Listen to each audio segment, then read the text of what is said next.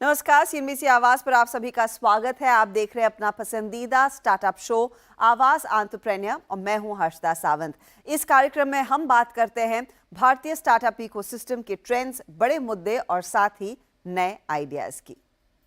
Technology का इस्तेमाल हर sector में बिजनेस करने के मायने बदल चुका है और कृषि जैसे लेबर इंटेंसिव क्षेत्र को भी टेक्नोलॉजी की मदद से अब एक नई क्रांति में तब्दील किया जा रहा है। देश में यंग एंटरप्रेन्योर्स टेक्नोलॉजी का इस्तेमाल फार्मिंग को ज्यादा प्रिडिक्टेबल बनाने में इस्तेमाल कर रहे हैं। महज 19 साल की उम्र में अपनी एंटरप्रेन्योरियल जर्नी शुरू कर चुकी धनश्री मंधानी का वेंचर सलाम किसान इसकी एक मिसाल है। सलाम किसान एक tech enabled end to end agricultural platform है जो किसानों को खेती संबंधित बेसिक जानकारी देता है, लेकिन साथ ही AI crop calendar, AI soil testing, drone spraying जैसी हाईटेक सुविधाएं भी ऑफर करता है। महाराष्ट्र के जालना में पली बड़ी धनश्री मंधानी का पारिवारिक बिजनेस खेती से जुड़ा था। बचपन में ग्रीन रेवोल्यूशन की कहानियां सुनते आई धनश्री ने अमेरिका से फाइनेंस और मार्केटिंग की पढ़ाई पूरी की। इस दौरान एक ही कैंपस में बसे एग्री कॉलेज में हाईटेक सॉल्यूशंस देख अपने देश में इसकी जरूरत और संभावनाओं पर धनश्री ने गौर किया और भारत लौटकर एग्री सेक्टर में इंटर्नशिप करते हुए अपने वेंचर सलाम किसान पर काम शुरू किया। हम बस एक सिंपल सा एप्लीकेशन बनाएंगे जिसमें फार्मर्स को सारा इन्फॉर्मेशन उनके फिंगर टिप्स पे मिले। That means weather forecast, mandi rate, agronomic advisory. That was the initial idea. Then for 8-9 months, I kept researching. I spoke to a lot of farmers. I spoke to a lot of rural youth. I set up a call center to do primary market research. So after all of this, I decided that we have to not only solve the information asymmetry problem, that will be the core problem that we're solving, but it has to be done through data-driven and climate-smart agriculture. And that's when, I was sure. I sold this idea to my dad. I was like, you have to invest in me. This is worth investing in. And after 8-9 months of convincing, he was like, yeah, you can go ahead with this. And that's when Salam Kisan started. So we incorporated the company Prime Solutions Private Limited in January 2022. Weather forecast, AI crop calendar, AI soil testing, expert advices जैसी services के साथ 2022 में सलाम किसान की शुरुआत हुई, लेकिन इसे किसानों तक पहुंचाना आसान काम नहीं रहा।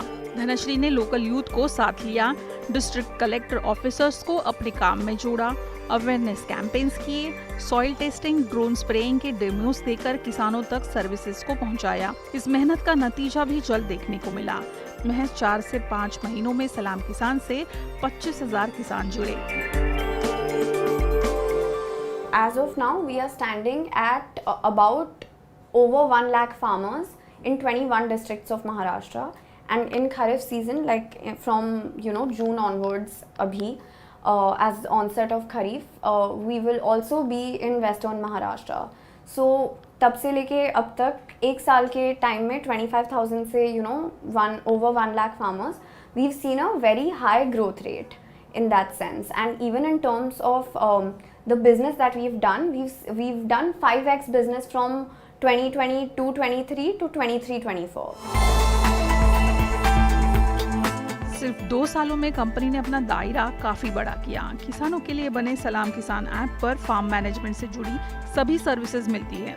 यहाँ ट्रेडिशनल तरीकों से खेती करते आए किसानों को खेती को बिजनेस के तौर पर करने की मदद भी की जाती है।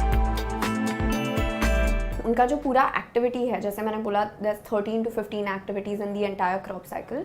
तो ये पूरी एक्टिविटी में हम उनका जो इनपुट ट्रेल जनरेट होता है, जितना भी उनका कॉस्ट ऑफ कल्टिवेशन है, उससे हम उनका प्रॉफिट एंड लॉस स्टेटमेंट बना के उनको देते हैं, so that they have a better financial understanding of how to look at farming as a business. Precision agri services में सलाम किसान की ड्रोन स्प्रेइंग सर्विस और एआई सॉइल टेस्टिंग काफी कम समय में पॉपुलर हो चुकी है। कंपनी 550 से 700 रुपए पर एकड़ के हिसाब से ड्रोन स्प्रेइंग सर्विस किसानों को मुहैया करती है। So this is on demand, just like your Ola and Uber. Farmers can book a drone, and the pilot will go in 2 plus minus days. So that is the drone part. Then in precision agriculture services, we also have a spectroscopic soil test service where we collect soil samples from farmers and we give them the report in 90 seconds. Company ने input और output 2 market places बनाए हैं जहां किसान अपने produce बेच सकते हैं और दूसरे पर किसानों के लिए top quality seeds, precision fertilizers जैसे फार्म प्रोडक्ट्स बेचे जाते हैं। जितने भी recommendations हम फार्म मैनेजमेंट में फार्मर्स को देते हैं, input recommendations, farmers can go ahead, place the order and pick it up from the pickup point which is our dealer distributor network. And this is in their 50 to 60 kilometre radius. तो जितने भी areas में हम operational है उनके 50 kilometre radius में उनको ये सारी चीज़ें मिल जाती है through the application. Then coming to the other market place which is the output, जिसमें if the farmer has worked with us from day 1 to the last day in the crop cycle, इसका पूरा track और data हमारे पास आ जाता है। Traceability, the crop calendar offers traceability. So ये पूरा डेटा हमारे पास आने के बाद वी बाय बैक फार्मर्स का प्रोड्यूस। तो हमने ओवर 35,000 क्विंटल सोयाबीन का प्रोक्योरमेंट लास्ट ईयर किया था 5 महीने में, बिकॉज जो बेल्ट में हम काम कर रहे थे, Marathwada and Vidarbha belt, soybean was a very heavily cultivated crop. So we ended up procuring 35,000 quintal of soybean from these farmers that we were working with. So that's the output procurement marketplace.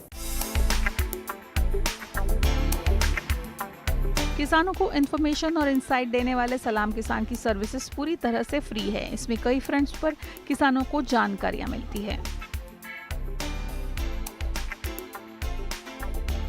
Coming to purely information and insight, there is a huge section which is completely free of cost, non-monetized, जिसमें हम agriculture news, hyper local news farmers को provide करते हैं, weather forecast again hyper local, mandi rates, every day they get updated mandi rates for their location for over 60 and 70 crops.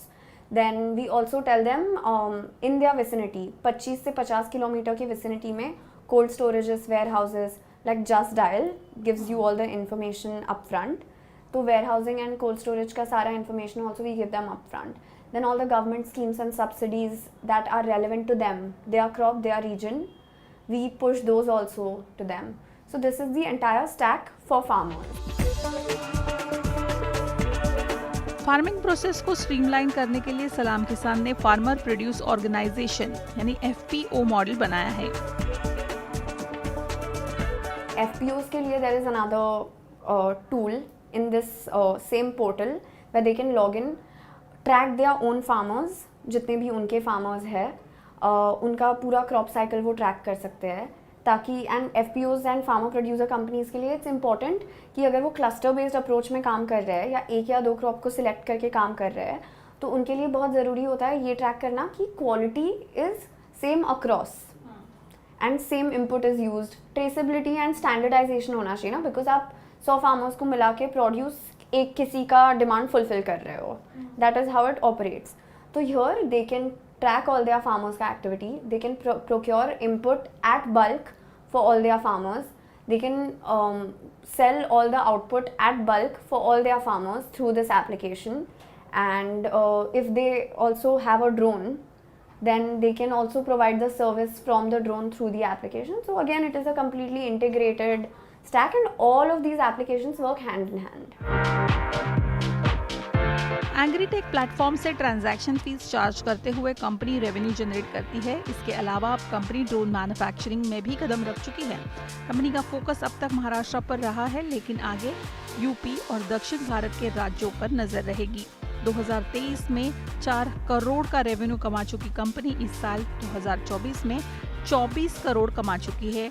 अब आगे 6 गुना growth की रफ्तार पकड़ने की तैयारी में है।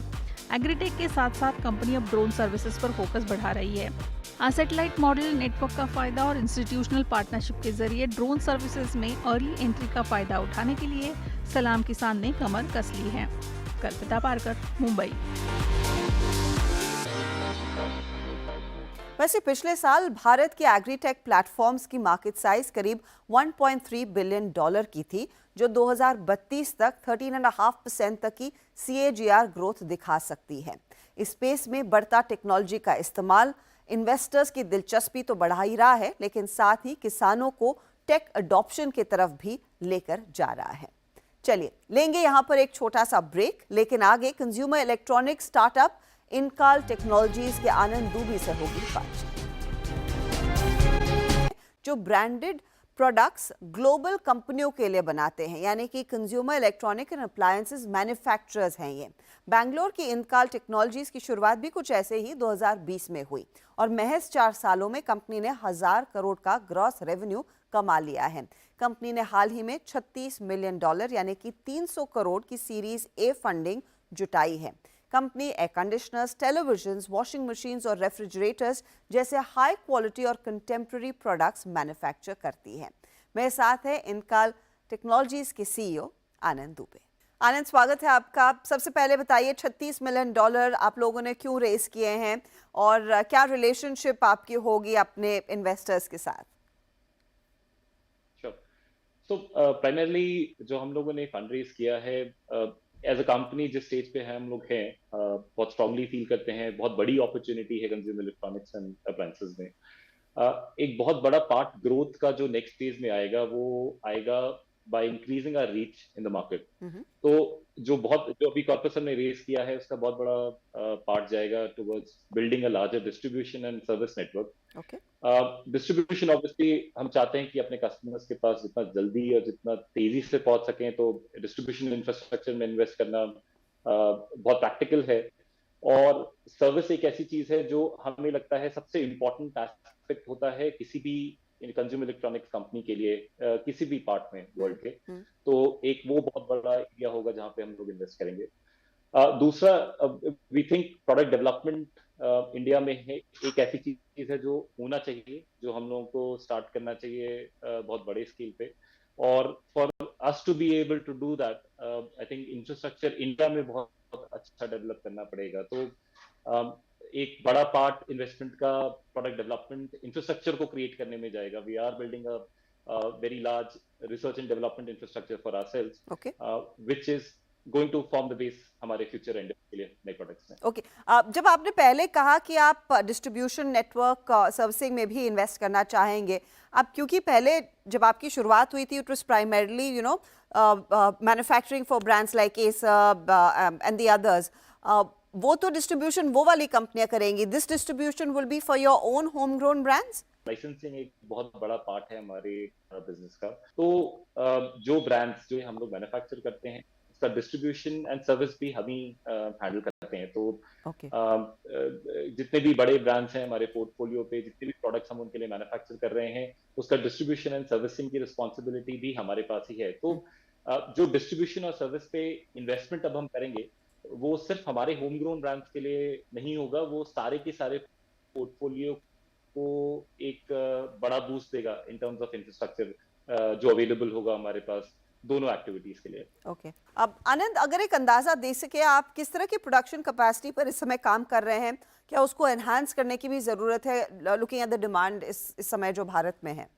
अगर मैं इस समय करंट कैपेसिटी की बात करूं तो अभी हम लोग लगभग 20 लाख टीवी बनाने की कैपेसिटी रखते हैं अपने पास। ऑब्वियसली ग्रोथ अच्छी आ रही है। हम लोग पिछले 3 साल में हमने कंटिन्यूअसली 250 से ज्यादा परसेंटेज ग्रोथ देखी है टेलीविजन मार्केट में। और अगर ऐसा कोई भी ट्रेंड कंटिन्यू रहा तो वो कैपेसिटी एनहांस करने की जरूरत पड़ेगी। और जिस तरीके से हम लोगों ने ऑब्वियसली 2 मिलियन यूनिट्स तक पहुंचे हैं इन टर्म्स ऑफ कैपेसिटी, वही प्लान रहेगा आगे भी to work with large contract manufacturers in television to see अगर हम लोग उनके साथ उनकी फैक्ट्रीज में इन्वेस्ट करके कैपेसिटी को एनहांस कर सकें और कॉन्टिन्यूअसली वो ग्रोथ अचीव करते रहें रादर देन सीलिंग आ जाए किसी पॉइंट पे कैपेसिटी पॉइंट ऑफ व्यू से। लेकिन आप भी जानते हैं आनंद, ये स्पेस काफ़ी कॉम्पिटिटिव है। You got the listed players like Dixon, Amber etcetera, और बहुत सारे प्लेयर्स हैं इस मार्केट में। तो उनसे कम्पीट करने के लिए आप लोगों की स्ट्रैटेजी क्या है, और there is enough for everyone to be a part of this pie? अगर हम एयर कंडीशनिंग मार्केट की बात करें तो सिंगल डिजिट पेनिट्रेशन था लास्ट 2 इयर्स, पिछले 2 साल तक। बहुत बड़ा बूस्ट मिला है इस साल एंड हमने बहुत स्ट्रॉन्ग एसी का सीजन देखा फ्रॉम जनवरी टू जून। पर आई थिंक ग्रोथ बहुत आगे तक जाएगी। जो कैगर हम लोग एक्सपेक्ट कर रहे हैं it is again in double digit. तो in a few years we are expecting this industry to triple. अब अगर हम उतने बड़े पाई की बात करेंगे तो बहुत ऑब्वियस है कि इस समय इंटरनल कंपटीशन कम है. It is more about the industry size growing and हम लोग क्या उस इंडस्ट्री का रेलेवेंट पार्ट रह सकते हैं. और ये सच है किसी भी प्रोडक्ट कैटेगरी के लिए जो हम लोग इस समय बनाते हैं इंडिया में, चाहे वो टेलीविजन हो, वॉशिंग मशीन हो या रेफ्रिजरेटर्स हो. तो आई थिंक ग्रोथ का स्कोप बहुत बड़ा है, विच मीन्स अभी इंडस्ट्री के साथ ग्रोथ जो आएगी वो सबके लिए स्पेस क्रिएट करेगी ग्रो करने के लिए. और एक और चीज जो हमने देखी है और ये सरकार की तरफ से एक बड़ी पहल थी कि हम सब ने सुना है कि कैसे मोदी 3.0 में भी भारत को एक बड़ा मैन्युफैक्चरिंग हब बनाया जाएगा. उसके लिए PLI स्कीम्स भी इंट्रोड्यूस की गई थी पिछले 1.5-2 सालों में. क्या उसका फायदा इनकाल भी उठा पाया है? Have you been a party to it या फिर आगे आप अप्लाई करेंगे? तो एक तो वी कांट अप्रिशिएट इनफ जो जिस तरीके का इम्पेटस मिल रहा है मैन्युफैक्चरिंग की तरफ फ्रॉम द गवर्नमेंट साइड पिछले 10 साल में, वो एक्स्ट्रॉर्डिनरीली स्ट्रांग रहा है. और जो सबसे बड़ा प्रॉब्लम हमारी इंडस्ट्री में रहा है ट्रेडिशनली वो है component manufacturing infrastructure in India. तो उसको बूस्ट करने के लिए गवर्नमेंट ने बहुत सारी नई स्कीम्स निकाली हैं. PLI is obviously one of them. जिन प्रोडक्ट कैटेगरीज में अभी हम ऑपरेट करते हैं उसमें एयर कंडीशनिंग में एक बहुत स्ट्रॉन्ग PLI गवर्नमेंट ने दिया है. और थ्रू द मैन्युफैक्चरर वो PLI का बेनिफिट हम उठा पा रहे हैं और उसका बेनिफिट हम कस्टमर को भी पास ऑन कर पा रहे हैं. तो ये एक ऐसा इनिशिएटिव है जो मुझे ऐसा लगता है कंटिन्यू रहेगा. और ऑब्वियसली एक रिन्यूड पॉजिटिविटी है with the continuity that we are seeing. तो मुझे ऐसा लगता है कि स्कीम्स आती रहेंगी and Indian consumer at the end of the day will benefit a lot from these schemes because both component manufacturing infrastructure or product manufacturing infrastructure दोनों next 5 years में बहुत अच्छा outlook है in terms of infrastructure and the overall development of these products within India. आनंद, एक चीज आप भी agree करेंगे जो हुई है पिछले कुछ सालों में कि भारतीय consumer is open to use home grown brands, ना जिस तरह का नॉइज, बोट एक्सेट्रा जैसे ब्रांड्स आए हैं. आई थिंक वो एक चीज आप लोगों ने भी विटनेस की है और वॉबल लॉन्च किया. तो vowel is now primarily an audio brand. क्या इसको और स्केल करने का इरादा है? क्या कुछ और कैटेगरीज में आप अपने खुद का ब्रांड भी लॉन्च करने का प्लान बना रहे हैं? एब्सोल्युटली. तो वॉबल जिस तरीके से हम देखते हैं एक बहुत बड़ा मूवमेंट है हमारी साइड से. एक स्पिरिट जो इंडियन कंज्यूमर की है, from the time we wake up in the morning to the time we go to sleep, उसके बीच में हम बहुत सारी एक्टिविटीज करते हैं, बहुत सारी ऐसी चीजें करते हैं जो मूवमेंट रिक्वायर करती हैं. तो ये एक इनिशिएटिव है हमारी साइड से ऐसे कटिंग एज प्रोडक्ट्स लाने का मार्केट में जो हमारी डे टू डे लाइफ का जो ये केओस है, जो मूवमेंट है, उसमें हमें एड कर सके. तो ऑब्वियसली हमने पर्सनल ऑडियो प्रोडक्ट्स लॉन्च किए हैं, बट बहुत सारे प्रोडक्ट्स वॉबल ब्रांड में हम लोग अभी लॉन्च करेंगे. बहुत सारा जो लाइनअप है इट इज बिल्ट अराउंड बहुत न्यू टेक्नोलॉजीज के अराउंड. बहुत सारी ऐसी चीजें हैं जो हम अभी इनकॉर्पोरेट करेंगे प्रोडक्ट्स में जो मार्केट में नहीं देखी गई हैं. और उसके अराउंड काफी ज्यादा काम ऑलरेडी चल रहा है, both in terms of development and ensuring कि प्रोडक्ट्स जो हम इंडिया में बना रहे हैं वो इंडियन कंज्यूमर के लिए बने हो, ना कि टेक्नोलॉजी बाहर से आ रही हो और maybe they are not the most adept products for the Indian consumer.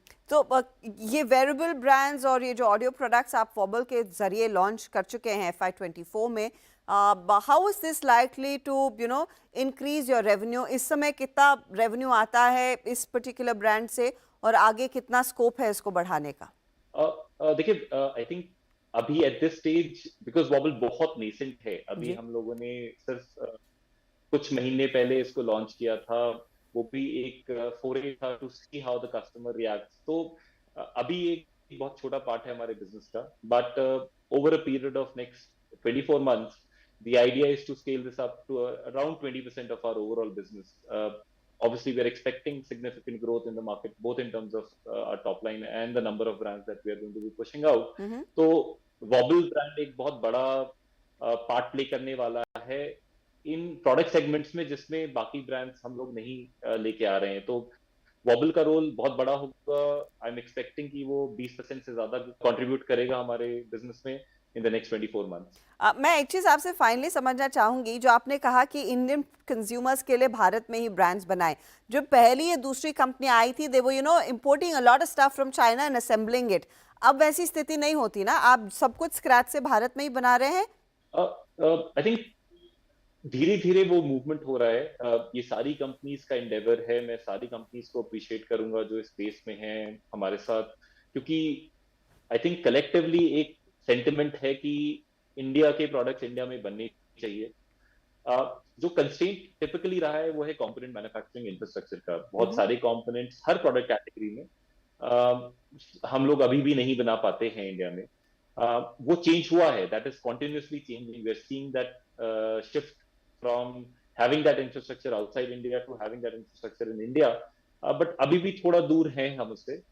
जिस स्पेस पे हम लोग इसको डेवलप कर रहे हैं उससे बहुत बड़ा कॉन्फिडेंस आ रहा है कि ये एक ऐसी चीज है जो बन जाएगी, और जैसे जैसे ये इवॉल्व होते रहेगी, जैसे जैसे ये पूरा इंफ्रास्ट्रक्चर डेवलप होता रहेगा, उतना कंट्रीब्यूशन इंडिया का बढ़ते रहेगा प्रोडक्ट्स बनाने में। और इवेंचुअली होपफुली 100% एक टाइम आएगा कुछ सालों में जिसमें हम ये पूरे प्रोडक्ट्स इंडिया में फ्रॉम स्क्रैच बना पाएंगे। अब आनंद, 2020 में आप लोगों ने अपनी पारी की शुरुआत की। 4 years down the line, you are sitting on a very strong gross revenue number.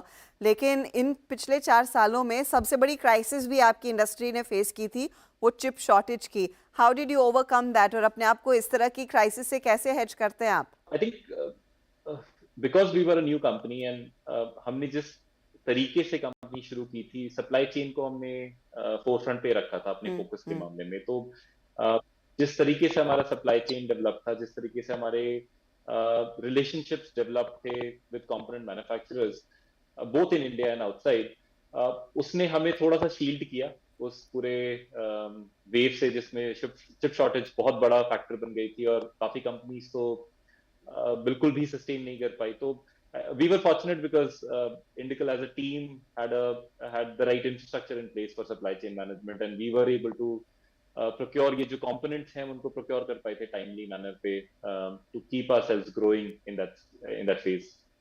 Good to hear Anand, बहुत बहुत शुक्रिया हमारे लिए समय निकालने के लिए। It's been a pleasure speaking to you and good luck to you और इनकल की पूरी टीम को भी।